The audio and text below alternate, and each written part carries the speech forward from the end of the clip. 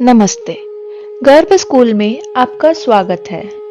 आज हम भगवत गीता के अध्याय 3 के 19वें श्लोक पर चर्चा करेंगे। श्लोक है, तस्मात् सक्तः सततं कार्यं कर्म समाचर असक्तो हयाचरन् कर्म परमाप्नोति पुरुषः। इसका अर्थ है, बिना किसी आसक्ति के निरंतर अपने कर्तव्य का पालन करते रहो, क्योंकि बिना आसक्ति के कर्म करने से मनुष्य परम लक्ष्य मोक्ष को प्राप्त करता है। भगवान श्री कृष्ण अर्जुन को इस श्लोक में निष्काम कर्म की शिक्षा दे रहे हैं। वह बताते हैं कि हमें अपने कर्म को बिना किसी फल की इच्छा के या आसक्ति के करना चाहिए। जब हम अपने कर्तव्यों को निष्पक्षता और निस्वार्थ भाव से निभाते हैं तो हमें मानसिक शांति और स्थिरता प्राप्त होती है। सफलता और असफलता का समान भाव रखकर कर्म करने से हमें परम लक्ष्य की प्राप्ति होती है। ये श्लोक हमें कर्तव्य पालन, निष्कामता, आत्मिक शांति और मोक्ष की प्राप्ति की शिक्षा देता है। कर्तव्य पालन, हमें अपने जीवन में अपने कर्तव्यों का पालन बिना किसी स्वार्थ या फल की अपेक्षा के करना चाहिए। निष्कामता, कर्म करते समय मन में किसी भी प्रकार की आसक्ति या इच्छा नहीं होनी चाहिए। निष्काम कर्म ही सच्ची योग साधना है। आत्मिक शांति, बिना आसक्ति के किए गए कर्म आत्मिक शांति और स्थिरता प्रदान करते हैं। मोक्ष की प्राप्ति, निष्काम कर्म योग के माध्यम से व्यक्ति परम लक्ष्य अर्थात मोक्ष को प्राप्त कर सकता है। चलिए अब उदाहरण के लिए एक कहानी बताती हूँ। एक समय की बात है, एक महान कलाकार था जिसका नाम श्याम था। श्याम चित्रकारी में निपुण था और उसके बनाए चित्र सभी को मोहित कर देते थे। लेकिन श्याम की एक विशेषता थी, वह अपने चित्रों की बिक्री से कोई मतलब नहीं रखता था। उसका एकमात्र उद्देश्य था कि वह अपनी कला को उत्कृष्टता के साथ पूरा करे। श्याम के शिष्य विनय ने एक दिन पूछा, गुरुजी, आप इतने सुंदर चित्र बनाते हैं, लेकिन आप उनके बिकने या ना बिकने की चिंता क्यों नहीं करते? श्याम ने मुस्कुराते हुए उत्तर दिया, विनय, चित्र बनाना मेरा कर्तव्य है और मैं इसे पूरी निष्ठा और मेहनत के साथ करता हूं।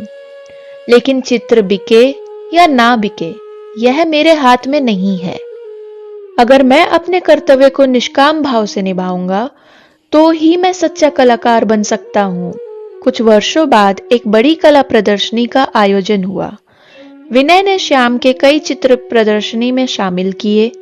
उन चित्रों को देखने के लिए बहुत बड़ी भीड़ आई और सभी ने उन चित्रों की प्रशंसा की। कई चित्र बिक गए और श्याम को बहुत सम्मान और ख्याति प्राप्त हुई।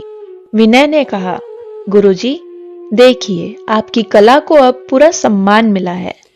श्याम ने उत्तर दिया, विनय, मैंने अपने कर्तव्य को बिना किसी फल की चिंता के निभाया और यही मेरे लिए सबसे बड़ी संतुष्टि है। यही भगवान कृष्ण का संदेश है कि हमें अपने कर्तव्यों को निष्काम भाव से निभाएं। गर्भवती माताओं के लिए इस श्लोक का संदेश बहुत महत्वपूर्ण है। गर्भावस्था के दौरान आपके शरीर और मन में कई बदलाव होते हैं। इस श्लोक की शिक्षा आपको यह सिखाती है कि इन बदलावों को सकारात्मक दृष्टिकोण से स्वीकार करें और अपने कर्तव्यों को बिना किसी तनाव या चिंता के निभाना चाहिए।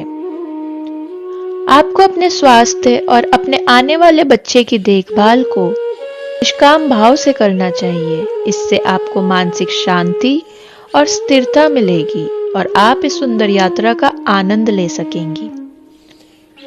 अब एक छोटा सा ध्यान सत्र करते हैं। आराम से बैठें, आंखें बंद करें और गहरी सांस लें। ध्यान दें कि आप अपने कर्तव्यों को बिना किसी आसक्ति के पूरा कर रहे हैं। अब मन में दोहराइए, मैं अपने कर्तव्यों को निष्काम भाव से निभाती हूँ। मैं अपने शरीर और मन के परिवर्तनों को स्वीकार करती हूँ। मेरी आत्मा शांति और स्थिरता का अनुभव करती है। मैं योग में स्थित हूँ। 10 मिनट तक यह ध्यान करें और मन को शांत रखें। भगवत गीता का यह श्लोक हमें सिखाता है कि निष्काम कर्म ही सच्ची योग साधना है। बिना आसक्ति के किए गए कर्म हमें आत्मिक शांति और मोक्ष की ओर ले जाते हैं। इस संदेश को अपने जीवन में अपनाएं और देखें कि कैसे यह आपकी गर्भ अवस्था को अधिक सकारात्मक और शांतिपूर्ण बना देता है। कल हम एक और महत्वपूर्ण श्लोक पर चर्चा करेंगे। जुड़े रहे और गर्भ स्कूल के साथ इस सुंदर यात्रा का आनंद लें। अगर आपको यह वीडियो पसंद आई तो कृपया लाइक करें, कमेंट करें और हमारे चैनल को सब्सक्राइब करें। अपनी सोच और अनुभव हमारे साथ साझा करें। आपके सवालों और सुझावों का हम स्वागत करते हैं।